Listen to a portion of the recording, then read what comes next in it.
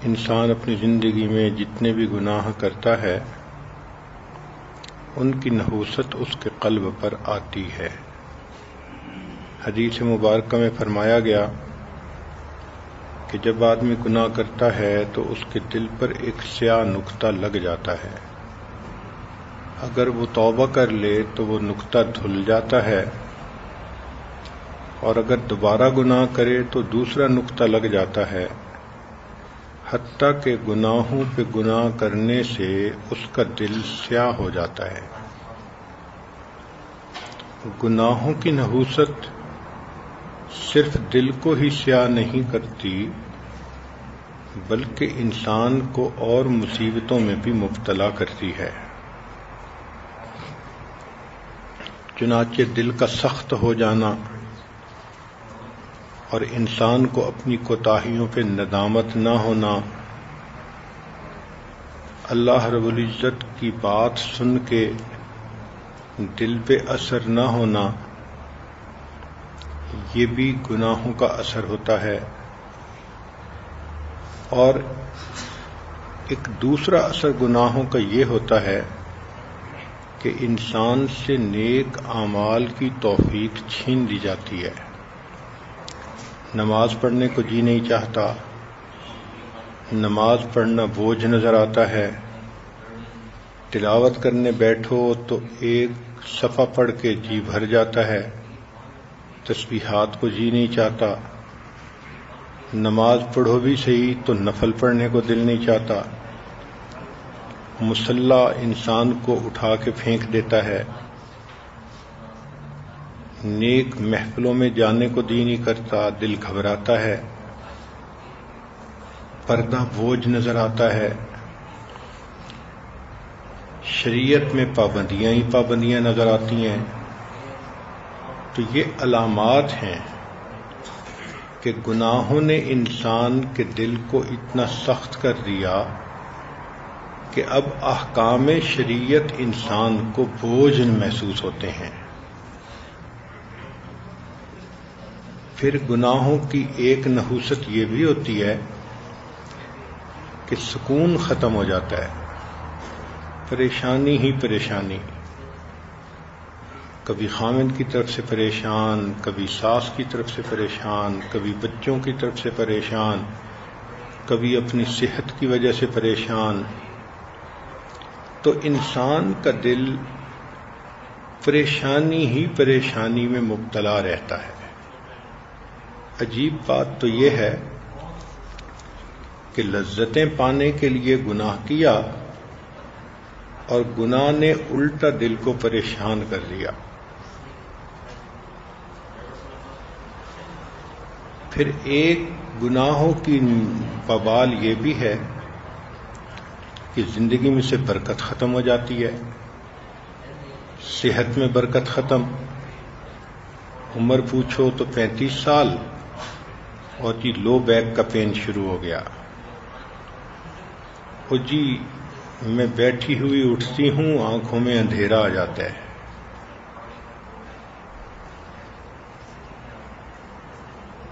کبھی کام ادھورے ہوتے ہیں، اور جی جس کام میں میں ہاتھ ڈالتی ہوں وہی ادھورا رہ جاتا ہے۔ اپنی طرف سے تو میں بڑی کوشش کرتی ہوں، آخر پہ مجھے ہی ندامت اٹھانی پڑتی ہے۔ تو اصل میں زندگی میں سے برکت نکل چکی ہوتی ہے، اس برکت نکلنے کی وجہ سے نہ کام پورے ہوتے ہیں، نہ امیدیں پوری ہوتی ہیں، نہ صحت ٹھیک ہوتی ہے،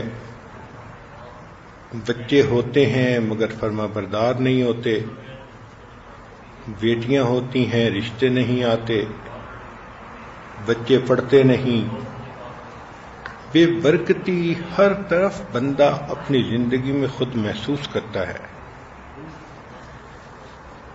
اور ایک اثر گناہوں کا یہ بھی کہ انسان کو ذلت ملتی ہے،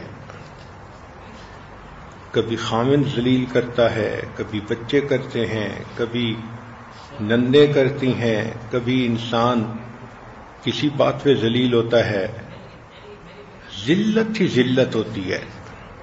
اصل میں یہ گناہوں کے بد اثرات ہوتے ہیں۔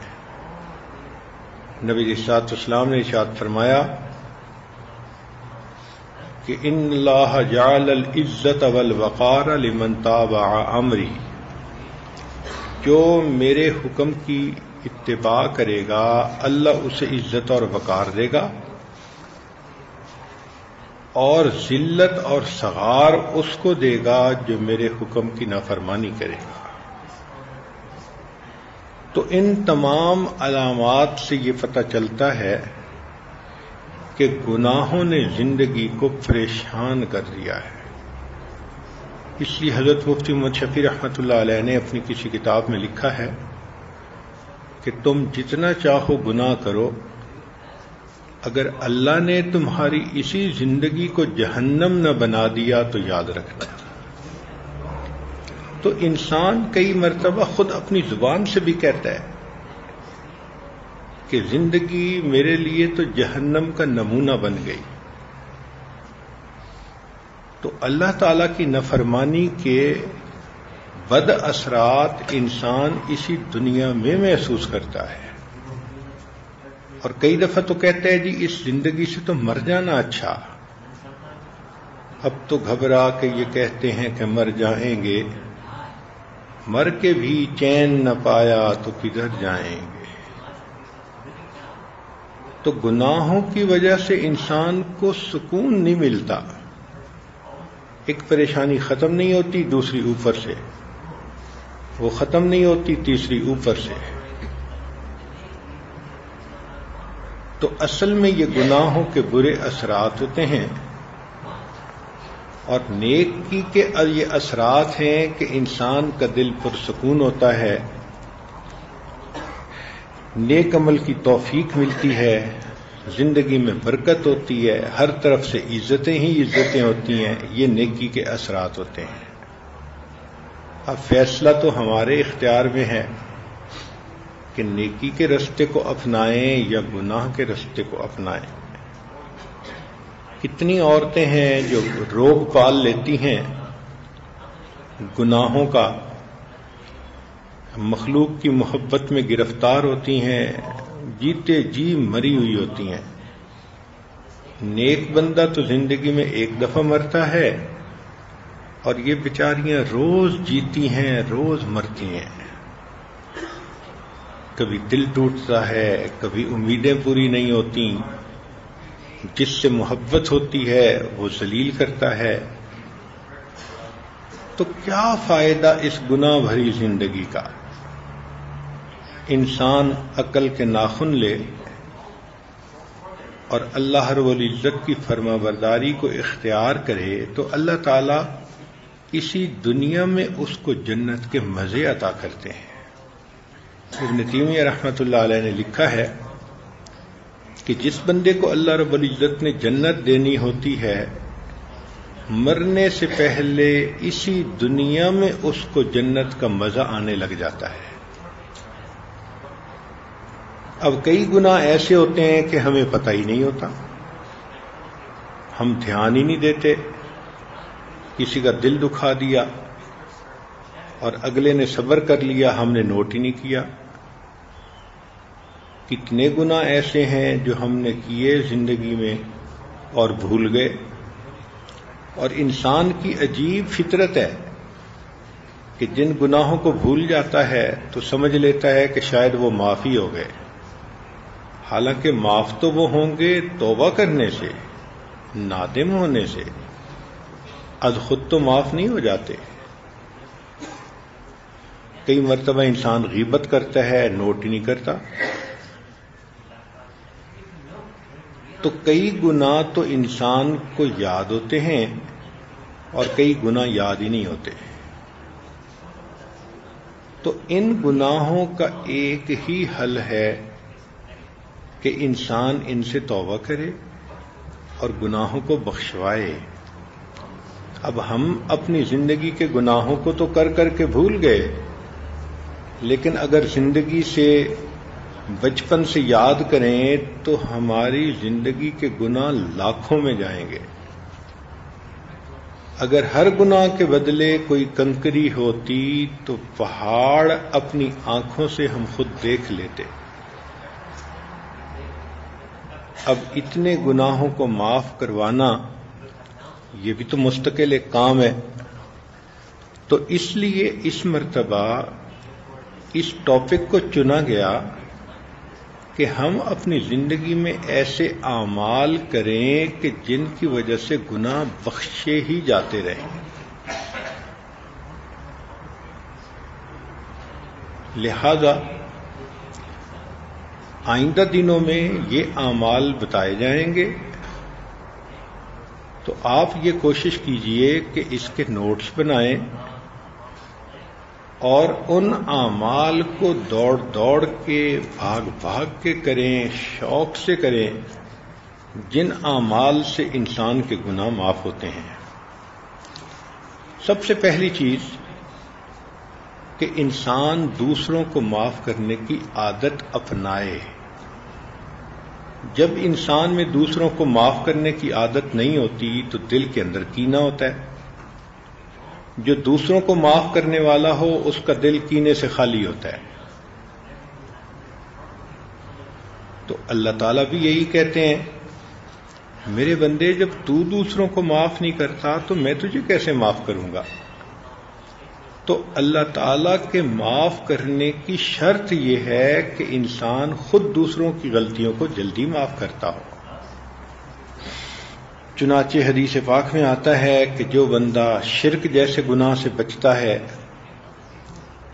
اور جادو والے گناہ سے بچتا ہے اور سینے کو کینے سے خالی کر لیتا ہے تو اللہ رب العزت اس بندے کے گناہوں کو معاف فرما دیتے ہیں. ابو ہریرہ رضی اللہ تعالیٰ عنہ نے روایت کی کہ نبی علیہ الصلوۃ والسلام نے ارشاد فرمایا، تعرض الاعمال کل اثنین وخمسین وخمیس فیغفر اللہ لکل مؤمن لا یشرک باللہ شیئا الا من کان بینہ وبین اخیہ شحناء فیقول تعالی اترکوہما حتی یصطلحا. نبی علیہ الصلوۃ والسلام نے ارشاد فرمایا کہ ہر پیر کے دن اور جمعرات کے دن یعنی منڈے کو اور تھرسڈے کو انسانوں کے اعمال اللہ کے حضور پیش کیے جاتے ہیں. پھر اللہ تعالی ہر اس مومن کی مغفرت کر دیتے ہیں جو شرک سے بچتا ہو اور جس کے اور بھائی کے درمیان کینہ نہ ہو. اگر اس کے دل میں کسی مومن کے بارے میں کینہ ہے تو اللہ فرماتے ہیں کہ ان دونوں کو چھوڑ دو یہاں تک کہ یہ آپس میں صلح کر لیں. یعنی جب تک وہ آپس میں صلح نہیں کریں گے اللہ ان کے گناہوں کو لٹکائے رکھیں گے، اس کی بخشش نہیں کریں گے. تو معلوم ہوا کہ ہمیں بغض سے بچنا ہے، حسد سے بچنا ہے، کینہ سے بچنا ہے، تب اللہ تعالیٰ کے ہاں ہمارے گناہوں کی بخشش ہوگی. معاذ بن جبل رضی اللہ تعالیٰ عنہ نے نبی علیہ السلام سے روایت کی، وہ فرماتے ہیں کہ نصف شعبان کی رات کو یعنی 15 شعبان کی رات کو اللہ تعالیٰ تمام گناہگاروں کی بخشش کر دیتے ہیں سوائے مشرک کے اور اس بندے کے جس کے دل میں بغض اور عداوت ہو.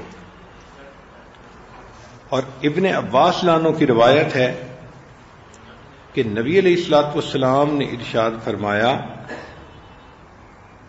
3 خصلتیں ایسی ہیں جن میں سے کوئی ایک بھی کسی میں ہو تو اللہ ان کے علاوہ کی مغفرت فرما دیتے ہیں جس کے لیے چاہیں. یعنی 3 باتوں پہ تو مغفرت نہیں ہوتی، اس کے سوا ہر گناہ سے ہو جاتی ہے. پہلی بات کہ جو مشرک ہو مغفرت نہیں ہوتی. دوسری بات جو جادوگر ہو اس کی مغفرت نہیں ہوتی. اور تیسری جو اپنے بھائی کے بارے میں کینہ رکھتا ہو اس کی مغفرت نہیں ہوتی. تو ان 3 گناہوں سے کی توبہ کرنا ضروری ہے. انسان شرک سے بھی توبہ کرے اور بچے، پھر جادو ٹونا اور ایسے خلاف شرع عملیات سے بھی بچے، اور تیسرا اپنے بھائی کے دل میں کینہ نہ رکھے. عورتیں اکثر و بیشتر دل میں دشمنی رکھ لیتی ہیں، عداوت رکھ لیتی ہیں، غصہ رکھ لیتی ہیں. کئی مرتبہ یہ کینہ کو سمجھتی نہیں ہیں، پوچھتی ہیں یہ کینہ کیا ہوتا ہے؟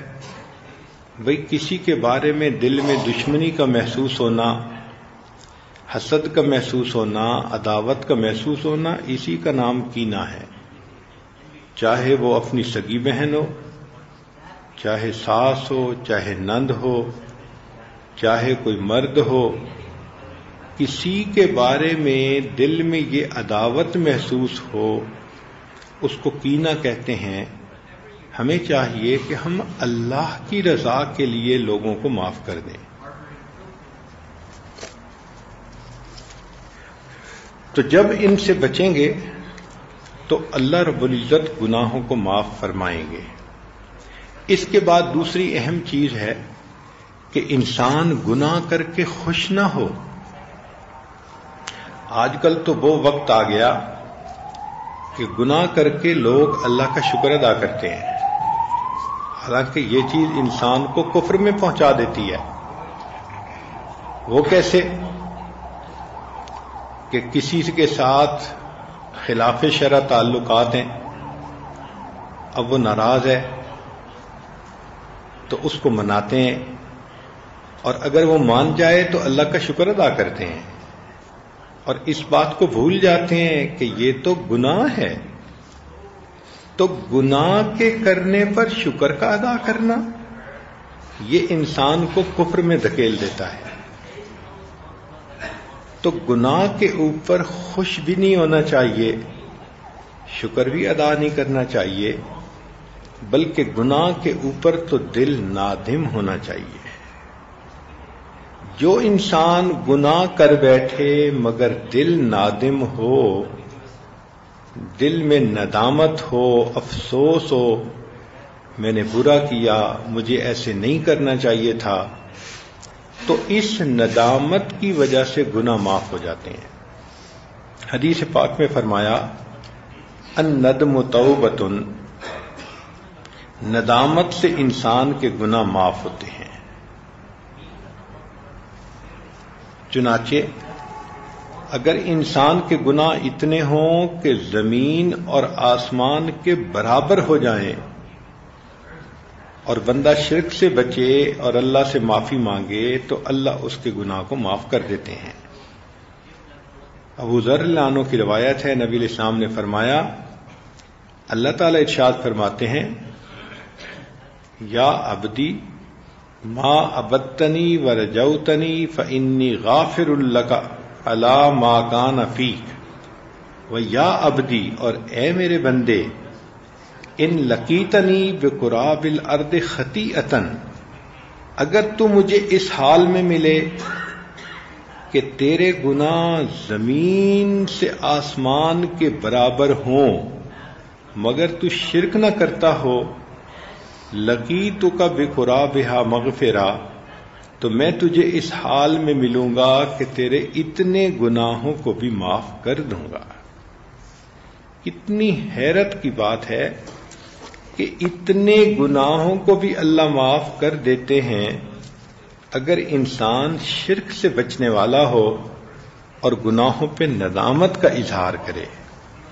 چنانچہ عبداللہ ابن مسعود رضی اللہ عنہ کی روایت ہے، نبی علیہ السلام نے فرمایا، ما اخطأ خطیئۃ او اذنب ذنبا، اگر کسی بندے نے غلطی کی یا کوئی گناہ کیا، ثم ندیما، پھر وہ نادم اور شرمندہ ہوا، فہو کفارتہ، یہ گناہ اس کے، یہ ندامت اس کے گناہوں کا کفارہ بن جاتی ہے. تو انسان اپنے گناہوں پہ اللہ کے سامنے شرمندہ ہو. شرمندگی کس کو کہتے ہیں؟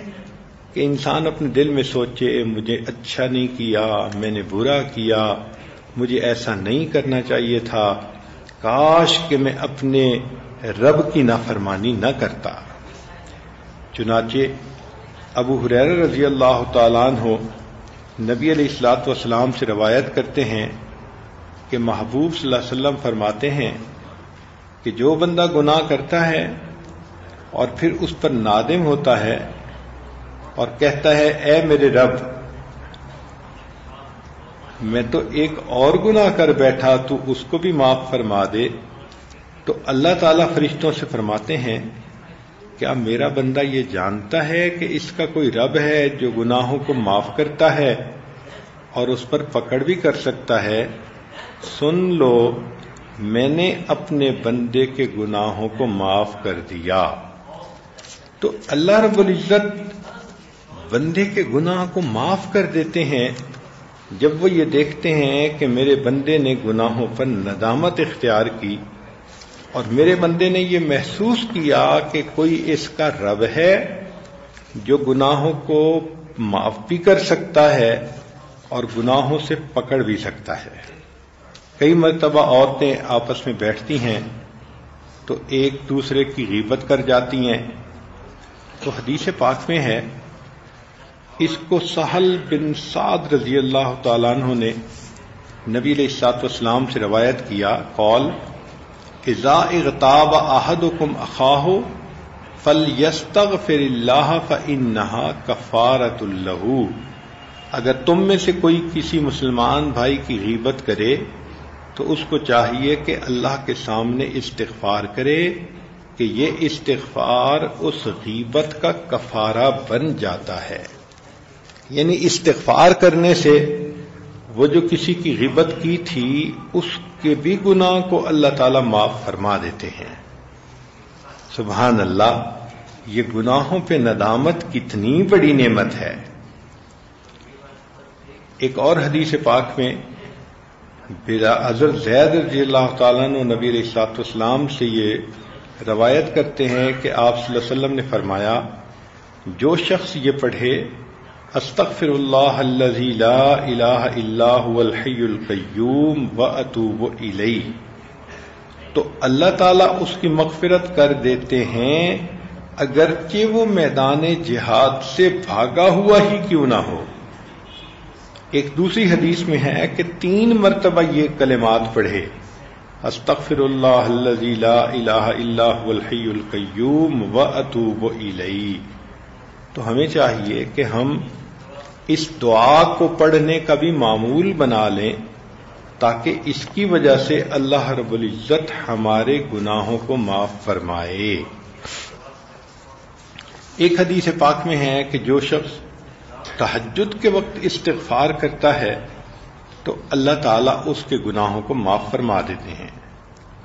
چنانچہ فرمایا، ان اللہ تعالی یمحل حتی اذا ذهب من اللیل نصفه او ثلثه قال لا يسألن عبادی غیری من یدعنی استجب له من یسألنی اعطہ من یستغفرنی اغفر له حتی یطلع الفجر۔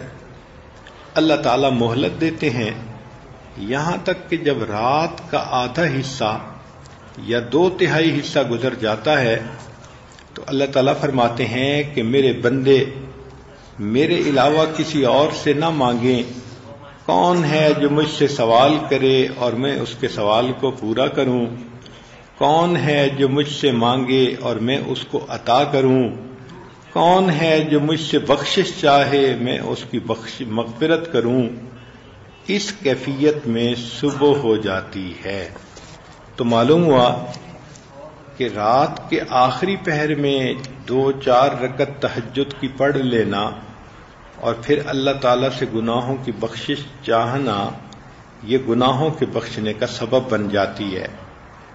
تو خواتین کو چاہیے کہ اذان سے آدھا گھنٹہ پہلے اٹھنے کی عادت بنا لیں۔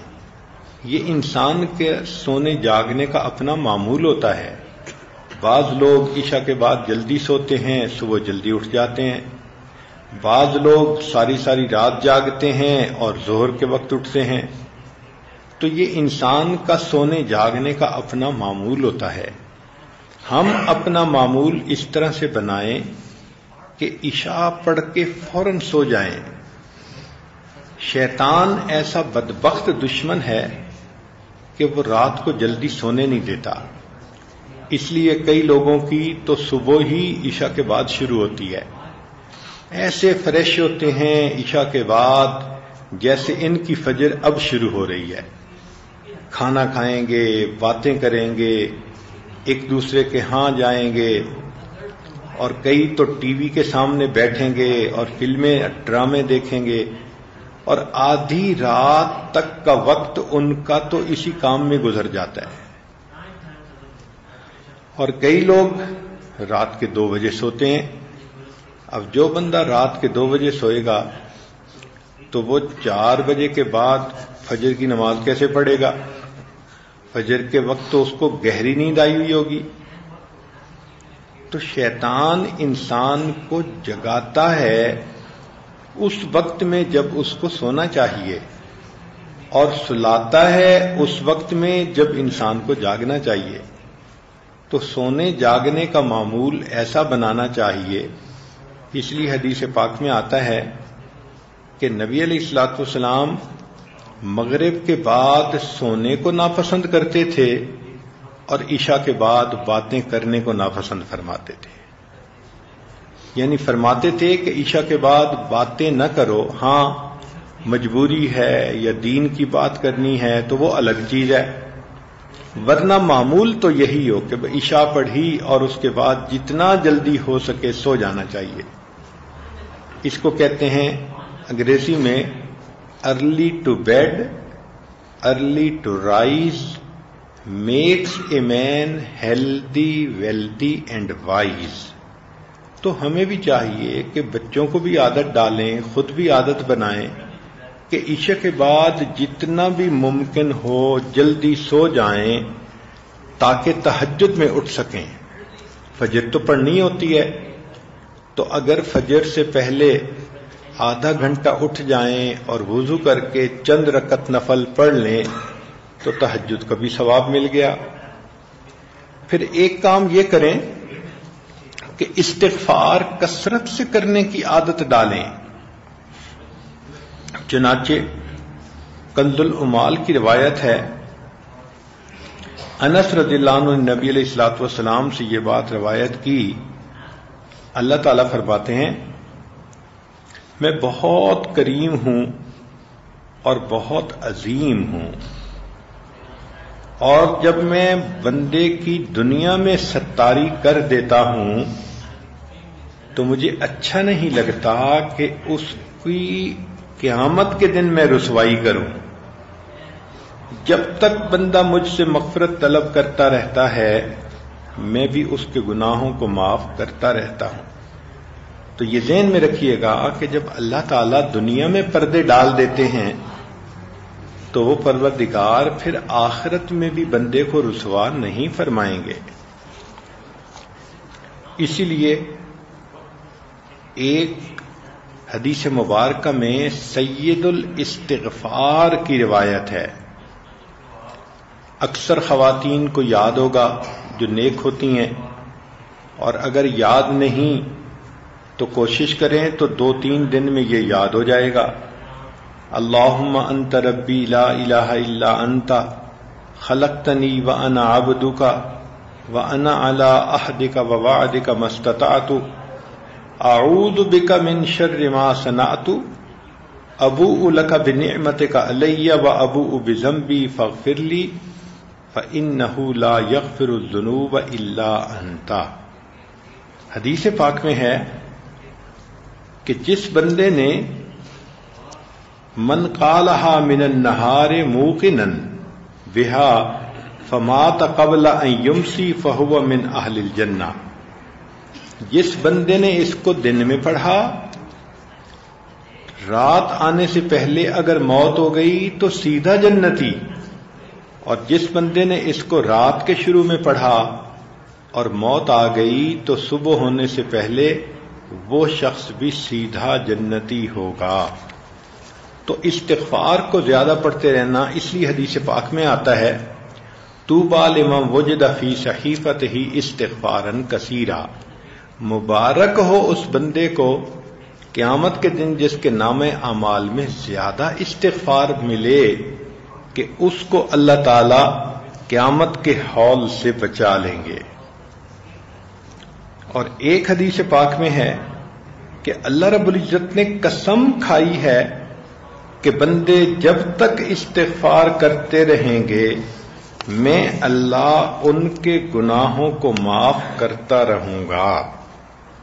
سبحان اللہ، یہ اللہ رب العزت کی کتنی بڑی رحمت ہے کہ اللہ کریم نے فرمایا وعزتی وجلالی، مجھے اپنی عزت کی قسم اور اپنے جلال کی قسم، لا ازال اغفر لهم ما استغفرونی، جب تک بندے استغفار کرتے رہیں گے میں پروردگار ان کے گناہوں کو معاف کرتا رہوں گا۔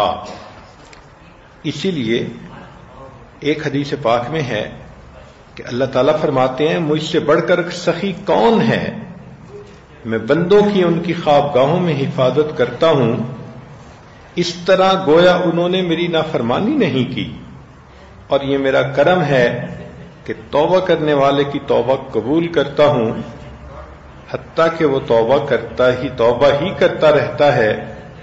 وہ کون ہے جس نے میرا دروازہ کھٹکھٹایا اور میں نے اس کے لیے دروازہ نہیں کھولا؟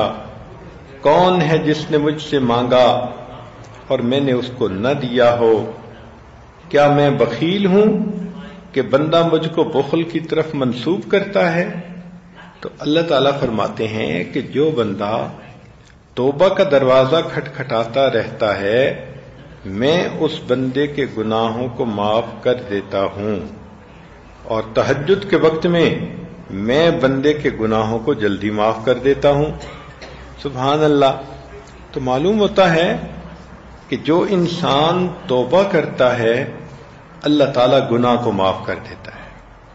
حدیث پاک میں تو یہاں تک آیا کہ ایک بندہ 100 انسانوں کا قاتل تھا اور وہ توبہ کی نیت سے کسی دوسری بستی کی طرف چل پڑا، راستے میں اس کو موت آ گئی تو نیکی کے فرشتے بھی لینے آئے، گناہوں کے فرشتے بھی لینے آئے۔ گناہوں کے فرشتوں کی دلیل یہ تھی کہ یہ 100 انسانوں کا قاتل ہے، نیکی والے فرشتوں کی دلیل یہ تھی کہ یہ توبہ کی نیت سے چل پڑا تھا۔ معاملہ اللہ تعالیٰ کے حضور پیش ہوا تو پروردگار عالم نے فرمایا کہ تم زمین کا فاصلہ ناپ لو کہ یہ اپنی بستی کے قریب ہے یا جس بستی میں توبہ کی نیت سے یہ جا رہا تھا وہاں کے قریب ہے۔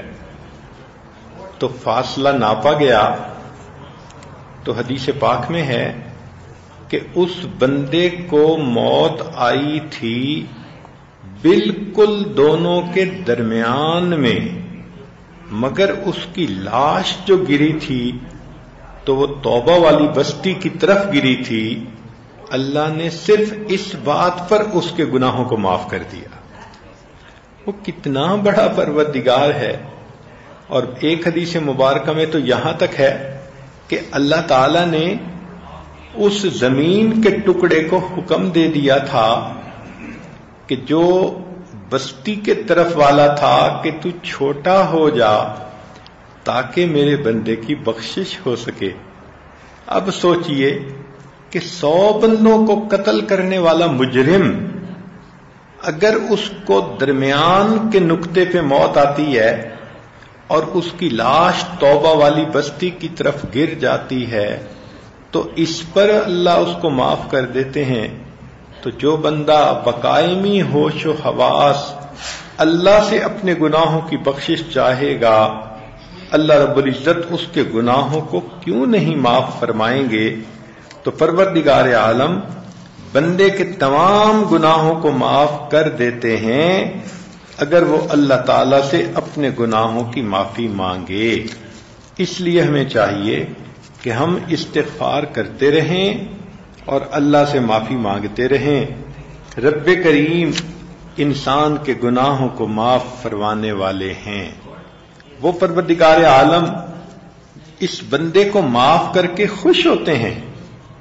چنانچہ حدیث پاک میں ہے کہ جو بندہ اللہ تعالیٰ کا دروازہ کھٹکھٹاتا رہتا ہے اللہ تعالیٰ اس کے گناہوں کو معاف فرماتے ہیں اور کہتے ہیں کہ اے بندے فعلیک الدعا، تیرے اوپر دعا کرنا ہے، والمسئلہ اور مانگنا ہے، وعلی الاجابۃ والعطاء اور میرے ذمے اس کو قبول کرنا اور عطا کر دینا ہے. سبحان اللہ. جو پروردگار عالم بندے کو کہتے ہوں کہ تیرا کام ہے مانگنا اور میرا کام ہے دینا، تو پھر بندہ اپنے پروردگار سے کیوں نہ مانگے؟ تو دو باتیں اس وقت تک کھلیں کہ جو بندہ شرک سے بچے، جادو سے بچے، کینے سے بچے تو اللہ تعالیٰ اس کے گناہوں کو معاف کر دیتے ہیں. اور دوسری بات یہ سمجھ میں آئی کہ جو بندہ گناہ پہ نادم ہوتا رہے، معافی مانگتا رہے، توبہ کرتا رہے، استغفار پڑھتا رہے، سید الاستغفار پڑھتا رہے، اس کے بھی گناہ معاف ہو جاتے ہیں. ایک تیسری چیز کہ جو بندہ نیک اعمال کثرت سے کرتا رہے، ان الحسنات یذہبن السیئات، اللہ تعالیٰ نیک کاموں کی وجہ سے گناہوں کو خود بخود معاف کر دیتے ہیں. چنانچہ ابو ہریرہ رضی اللہ تعالیٰ عنہ اور ابو سعید رضی اللہ تعالیٰ عنہ دونوں حضرات نے نبی علیہ الصلوۃ والسلام سے روایت کی کہ نبی علیہ السلام نے ارشاد فرمایا، والذی نفسی بیدہ، قسم ہے اس ذات کی جس کے قبضے میں میری جان ہے، ما من عبد یصلی الصلاۃ الخمس، کوئی بندہ نہیں جو 5 نمازیں پڑھتا ہو، ویصوم رمضان، رمضان کے روزے رکھتا ہو، ویؤدی الزکاۃ، زکوٰۃ دیتا ہو، ویجتنب الکبائر السبع، اور وہ 7 کبیرہ گناہوں سے یعنی جو بڑے بڑے کبیرہ گناہ ہیں ان سے بچتا ہو، الا فتحت لہ ابواب الجنت الثمانیہ یوم القیامہ، حتیٰ کہ قیامت کے دن اس کے لیے جنت کے 8 دروازے کھول دیں گے، حتیٰ انہا لتصفق، حتیٰ کہ رسول صلی اللہ علیہ وسلم نے فرمایا کہ وہ بندہ ان میں سے جس سے چاہے گا وہ جنت میں داخل ہوگا. ثم تلا، پھر نبی علیہ السلام نے یہ آیت تلاوت کی، ان تجتنبوا کبائر ما تنہون عنہ نکفر عنکم سیئاتکم، اگر تم بڑے گناہوں سے بچو گے تو ہم تمہارے چھوٹے چھوٹے گناہوں کو خود معاف فرما دیں گے. تو انسان نیک اعمال جب کرتا ہے تو اس کے صغیرہ گناہ خود بخود ہی بخشے جاتے ہیں. اللہ رب العزت کی طرف سے اس کے اوپر یہ خصوصی رحمت ہوتی ہے، حتیٰ کہ جو بندہ اللہ کی مغفرت پر کامل یقین رکھتا ہو اللہ تعالیٰ اس کے گناہوں کو معاف فرما دیتے ہیں. چنانچہ ایک حدیث مبارکہ میں جس کو ابو ذر نے روایت کیا نبی علیہ السلام سے کہ اللہ تعالیٰ ارشاد فرماتے ہیں، من علیما، جو بندہ جانتا ہو یقین رکھتا ہو، انی ذو قدرت علی مغفرۃ الذنوب، کہ میں گناہوں کو معاف کرنے کے اوپر قدرت رکھتا ہوں، غفرت لہ، اللہ فرماتے ہیں میں اس کی مغفرت فرماتا ہوں، ولا ابالی، اور مجھے اس کی پرواہ نہیں، ہاں ایک شرط ہے، ما لم یشرک بی شیئا، وہ بندہ میرے ساتھ شریک نہ کرتا ہو. یعنی اللہ تعالیٰ کے ساتھ اگر وہ کسی کو شریک نہ کرے تو اللہ تعالیٰ اس بندے کے گناہوں کو معاف کر دیتے ہیں، بخش دیتے ہیں. اس بندے کو اللہ رب العزت اپنی رحمت میں سے حصہ عطا فرما دیتے ہیں. اور ایک حدیث پاک میں ہے، ان العبد لیقول یا رب اغفر لی وقد اذنبت فتقول الملائکہ، کہ جب بندہ گناہ کرتا ہے اور پھر کہتا ہے کہ اے اللہ میں گناہ کر بیٹھا، رب اغفر لی، میرے گناہ کو معاف کر دیجئے، تو ملائکہ کہتے ہیں یا رب، اے باری تعالی، انہ لیس لذالک اہل، یہ اس کا اہل تو نہیں ہے، یہ تو بار بار گناہ کرتا ہے اور کہہ دیتا ہے رب اغفر لی. قال اللہ تبارک و تعالی، اللہ تعالیٰ فرماتے ہیں ان فرشتوں سے، لیکنی اہل انہ اغفر لہ، اگر یہ مغفرت پانے کا اہل نہیں، میں بخش دینے کا اہل تو ہوں، میں بندے کو معاف کر دیتا ہوں. وہ کتنا کریم پروردگار ہے کہ بندہ اگر مغفرت حاصل کرنے کا اہل نہ بھی ہو تو اللہ فرماتے ہیں میں بخش دینے کا اہل تو ہوں، میں اس بندے کو معاف کر دیتا ہوں، اس نے مجھ سے معافی تو مانگی ہے. تو ہمیں چاہیے کہ یہ لفظ کثرت سے پڑھتے رہا کریں، رب اغفر لی، رب اغفر لی، رب اغفر لی. مختلف اوقات میں چلتے پھرتے بیٹھے اس لفظ کو اپنی زبان پہ رکھیں تاکہ اس کی وجہ سے اللہ رب العزت ہمارے گناہوں کو معاف فرما دیں. اور ایک حدیث پاک میں ہے کہ جو بندہ رب اغفر لی کی بجائے اللہم اغفر لی کہے، اللہ تعالیٰ اس کے بھی گناہوں کو معاف فرماتے ہیں. اور ایک حدیث میں ہے اللہم ارحمنی کہے تو اس کو بھی معاف کر دیتے ہیں.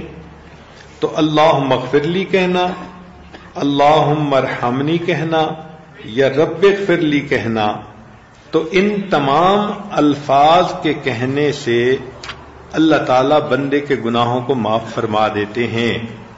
ایک حدیث پاک میں ہے کہ شب براءت میں جو بندہ اپنے گناہوں کی معافی مانگتا ہے اللہ اس کو بھی بخش دیتے ہیں. اور ایک حدیث پاک میں ہے کہ جو بندہ گناہ تو کر بیٹھے لیکن وہ اللہ کے عذاب سے ڈرتا ہو، اس کے دل میں یہ خیال رہتا ہو میں نے غلطی کی ہے، مجھے قیامت کے دن اللہ کی طرف سے سزا نہ ملے. اس کی مثال ایسے ہی ہے کہ بچے نے شیشے کا برتن توڑ دیا، اب وہ دل میں ڈر رہا ہے امی کو پتہ چلے گا تو مجھے مار پڑے گی. تو جیسے اس بچے کی کیفیت اگر کسی بندے کی ایسی ہی کیفیت ہے تو اللہ تعالیٰ فرماتے ہیں کہ چونکہ وہ بندہ مجھ سے ڈر رہا ہے، قال خشیتک یا ربی فغفر لہ بذالک، اللہ تعالیٰ اس خوف کی وجہ سے اس بندے کے گناہوں کی مغفرت فرما دیتے ہیں. تو انسان اللہ تعالیٰ کی عظمت کو پہچانے اور محسوس کرے کہ اللہ بڑے ہیں. میں نے جو گناہ کیا میں نے بغاوت کی وجہ سے گناہ نہیں کیا، میں نے اپنے قلب کی قساوت کی وجہ سے گناہ کیا ہے. دیکھیں اس میں فرق ہے. فرق یہ ہے کہ انسان ایک تو گناہ اس لیے کرے کہ مجھے کسی کی پرواہ نہیں. یہ جو کام ہے نا یہ بہت خطرناک ہے، کیونکہ جب اس نے یہ سوچا مجھے کسی کی پرواہ نہیں تو وہ ایمان کے دائرے سے ہی خارج ہو گیا. اور ایک کیفیت یہ ہے کہ وہ گناہ کر بیٹھے مگر سوچے کہ میرے نفس نے مجھے اتنا گناہ کی طرف مائل کیا کہ میں بچ نہ سکا، کی میں نے غلطی ہے. تو جو بندہ گناہ کو غلطی سمجھے تو اس کے گناہ تو جلدی معاف ہو جاتے ہیں، اور جو بندہ یہ کہے کہ مجھے پرواہ ہی نہیں تو پھر وہ بندہ ایمان سے ہاتھ دھو بیٹھتے ہیں. اس لیے دل میں اللہ کی عظمت کو رکھیے ابو الدرداء رضی اللہ تعالیٰ عنہ کہتے ہیں قال رسول اللہ صلی اللہ علیہ وسلم کہ نبی علیہ الصلوۃ والسلام نے ارشاد فرمایا اجل اللہ ای عظموہ، اللہ تعالی کی تعظیم کرو اور اس کی عظمت دل میں رکھو، وَأَسْلِمُوا لَهُ، اور اس کے سامنے تم جھک جاؤ، یغفر لکم، اللہ تعالیٰ تمہاری مغفرت فرما دے گا۔ تو جو بندہ دل میں اللہ رب العزت کی عظمت رکھے، اللہ کو بڑا سمجھے اور اپنے گناہوں کی معافی مانگے، تو اللہ تعالیٰ اس بندے کے گناہوں کو معاف کر دیتے ہیں۔ وہ پروردگار کتنا مہربان ہے۔ اور ایک حدیث میں ہے کہ ایک شخص نبی علیہ الصلوۃ والسلام کی خدمت میں حاضر ہوئے اور کہنے لگے واہ ذنوباہو واہ ذنوباہو، ہائے میرے گناہ، ہائے میرے گناہ۔ تو نبی علیہ الصلوۃ والسلام نے اس سے کہا کہ تم یہ دعا پڑھو، اللہم مغفرتک اوسع من ذنوبی ورحمتک ارجا عندی من عملی، اے اللہ تیری مغفرت میرے گناہوں سے زیادہ وسیع ہے اور مجھے اپنے عملوں کی بجائے تیری رحمت کا بھروسہ زیادہ ہے۔ انہوں نے ایک دفعہ پڑھا، نبی اسلام نے فرمایا پھر پڑھ، انہوں نے پھر پڑھا، نبی اسلام نے فرمایا پھر پڑھ، انہوں نے پھر پڑھا۔ جب تیسری مرتبہ پڑھا تو نبی اسلام نے فرمایا قم فقد غفر اللہ لکا، اٹھو اللہ نے تمہارے گناہوں کو معاف کر دیا۔ تو یہ دعا یاد کر لیں اور نمازوں کے بعد اور مختلف مجالس کے بعد اور مختلف اوقات میں یہ دعا پڑھتی رہیں، اللہم مغفرتک اوسع من ذنوبی، اللہم مغفرتک اوسع من ذنوبی ورحمتک ارجا عندی من عملی۔ چھوٹی سی دعا ہے، اس کو اپنی روزمرہ کی دعاؤں کا حصہ بنا لینا چاہیے۔ اللہم مغفرتک اوسع من ذنوبی ورحمتک ارجا عندی من عملی۔ اگر انسان کے گناہ جتنے بھی زیادہ ہوں مگر وہ یقین کے ساتھ معافی مانگے تو اللہ تعالیٰ معاف فرما دیتے ہیں۔ چنانچہ انس رضی اللہ تعالیٰ عنہ فرماتے ہیں کہ نبی علیہ السلام نے فرمایا قال اللہ تبارک و تعالی، اللہ تعالیٰ ارشاد فرماتے ہیں یبن آدم، اے آدم کے بیٹے، انک ما دعوتنی ورجوتنی غفرت لک علی ما کان فیک ولا ابالی، یبن آدم لو بلغت ذنوبک عنان السماء ثم استغفرتنی غفرت لک ولا ابالی، اے آدم کے بیٹے، بے شک تو جب تک مجھ سے دعا مانگتا رہے گا، مغفرت کی امید رکھے گا، میں تجھ کو معاف کرتا رہوں گا، چاہے تمہارے گناہ کتنے ہی کیوں نہ ہوں۔ اور اے آدم کے بیٹے، مجھ کو اس کی پرواہ نہیں ہوگی کہ تو چاہے کتنا ہی بڑا گناہگار ہے، تجھے معاف کرنا میرے نزدیک کوئی بڑی بات نہیں۔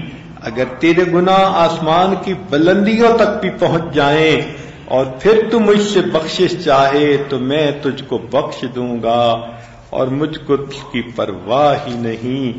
تو اللہ تعالیٰ تو بندے کے گناہوں کو معاف کر کے خوش ہوتے ہیں۔ اگر وہ بندہ معافی مانگے تو ہمیں چاہیے کہ ہم اللہ تعالیٰ سے اپنے گناہوں کی معافی مانگتے رہیں۔ جب اللہ تعالیٰ معاف کرتے ہوئے نہیں تھکتے، ہم معافی مانگتے ہوئے کیوں تھک جاتے ہیں؟